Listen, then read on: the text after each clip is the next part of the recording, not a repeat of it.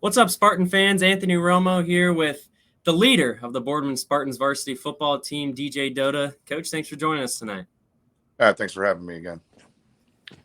So, just getting right into it. Last week, of course, a week that you guys kind of want to forget, going up against a very tough Cheney team. Lost that one 40-14. People may have just looked at the score and thought that you guys didn't have a shot throughout the whole way. They don't know. You guys did get on the board first, but you did lose one of your main guys in Fernando Ortiz early on. Just as a coach, how tough is it to kind of change up your schemes and game plan mid-game when one of your stars goes down? That it hurt our game plan a little bit. We went in, planning on, getting in certain personnel groupings. And then once he went down, it kind of changed our game plan on the run. Our kids adjusted really well. Like you said, I mean, it was a close game, probably with like a minute left in the fourth quarter.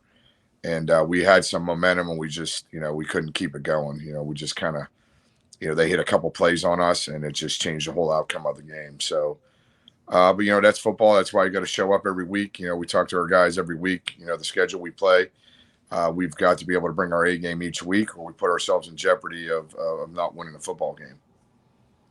So it's kind of a common saying that a lot of the guys are going to look good and feel good when you guys are up big on the scoreboard, but you really find the guys that stick out and you find your true workhorses when things aren't going your way and you're kind of down in the ball game.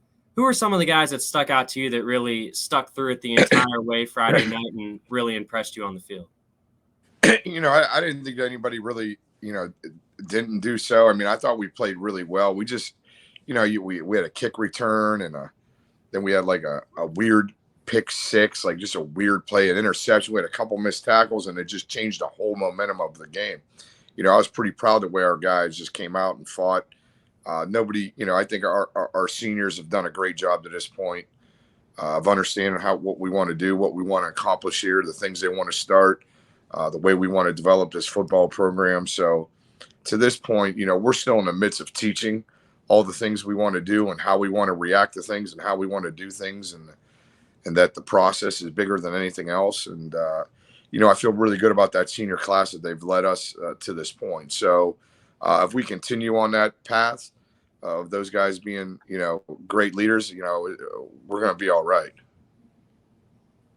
So just after a big loss like that, what type of message as a coach can you preach to your guys in the locker room after the game last week and early on this week to ensure that they put last week behind them and just solely look ahead to this week's game? Yeah, I pulled up Bill Belichick. I said, it's up, it's on to Jackson this week, so, but, every week, we go through and we dissect the film.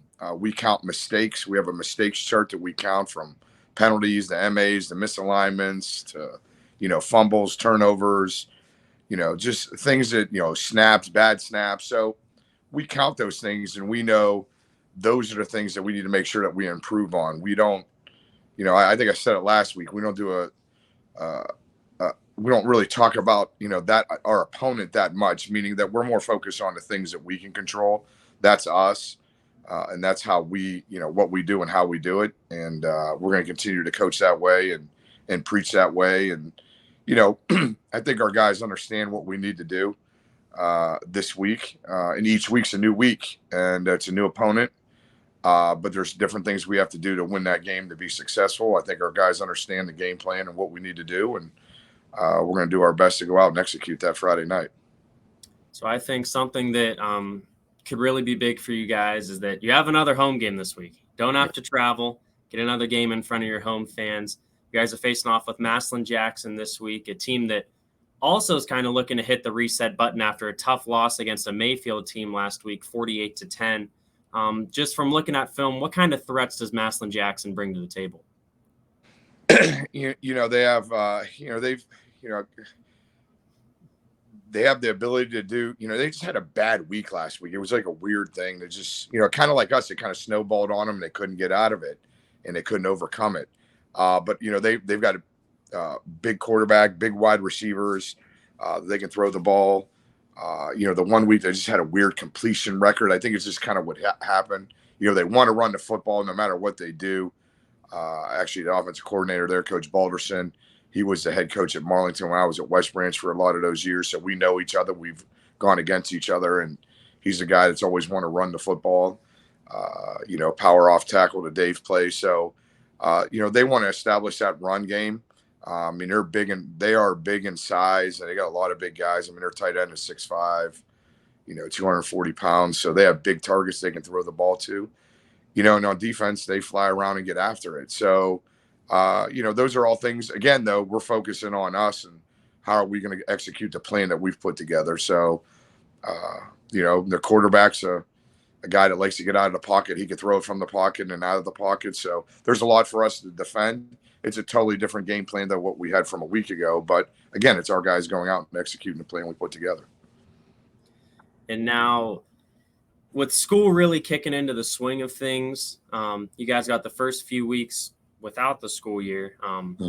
What types of challenges does that bring to the table as a coach with your guys in practice after they've really had a full day of school and they have a full day under their belt already? Yeah. We actually, today was our first day. We actually had a full day. We've kind of been like on staggered. So our freshmen and sophomores went to school on Monday and Tuesday. And then everybody went today. So we had a really good practice for it. We were, I didn't even realize it was I realized it was the first day of school, but for our kids, I felt like we responded really well. Sometimes, when it's your first week of school, you're not used to, that start. But I felt like our guys weren't too sluggish. I felt like we had good energy. So, I felt pretty good about the week. The only thing that changed are the times that we do things. So we actually get out a little bit earlier because we started later these last 2 weeks because guys are in and out of teaching. Getting out, you normally during teaching days or teacher days, you're in there a little bit longer than you normally would be for a school day. So we've actually got out earlier, but at the same time, it does meet different challenges because we know our kids are in school all day. Maybe I'll find out tomorrow too when it's our second day of a full school day. But, our guys responded really well today. And then just looking forward to Friday night. This is a Massillon-Jackson team that upended you guys 20-14 last year at their place. I know you weren't at Boardman last year, but has there been any type of buzz in the locker room as this being a game that these guys are really looking forward to after a hard-fought battle with them last year? Again, we focus so much on us. They may be talking about it. I haven't heard anything in the locker room, but they know that, it comes down to us. What do we do, how we do it. I think our guys should, they're a little bit mad over last week. You shouldn't be happy. I talked to our guys about that. We all should be not really happy with the total performance. That's top to bottom, coaches, players. We're here to get better. We got opportunities every day that we show up to do that. And we got to make sure that we show up and give a better performance. I know we're a better football team than, a couple plays that we had to just snowballed on us. So we got to continue to work at what we do. And, and again, our kids are going through, you feel for them because now this has been their third head coach. It's their third offense. It's their third defense. We got a later start than most people. So, our process is going to take a little bit longer than everybody else, but I think we're making really good strides and hopefully we continue to make the progress that we are. Okay. So I think that'll be a perfect way to lead us into our final question. You said you guys focus just so much on yourselves. Don't let the outside noise get to you. What do the Boardman Spartans have to improve upon from last week and execute well to come out on top Friday night? On offense, we have to, we got to do a better job blocking on the perimeter. That's one thing that we focus on up front. Just, we're a double team football team. We want to make sure that we do a much better job than we did a week ago. And then just ball security. Even if we didn't lose every ball, we put the ball on the ground way too much last week. Was uncharacteristic of what we've seen, from scrimmages and everything to that point, and then on defense, we got to do a much better job. And our focus has been tackling. We didn't tackle that well a week ago, taking angles to the football. We've preached that all week, and those are things that we're really striving for. And then on special teams, just fits. And, in our punt protection, those are things that kind of didn't go well for us towards the end of the game. And we got to do a better job of that. And those are things that we've really focused on this week to improve. All right, Coach. Well, thank you for joining us here tonight. This was our Week 3 Coaches Corner on YSN Live. you can catch the Boardman Spartans taking on Massillon Jackson at home, 7 o'clock on Friday night. Thank you, Coach, and good luck this week. Yeah, thank you. Go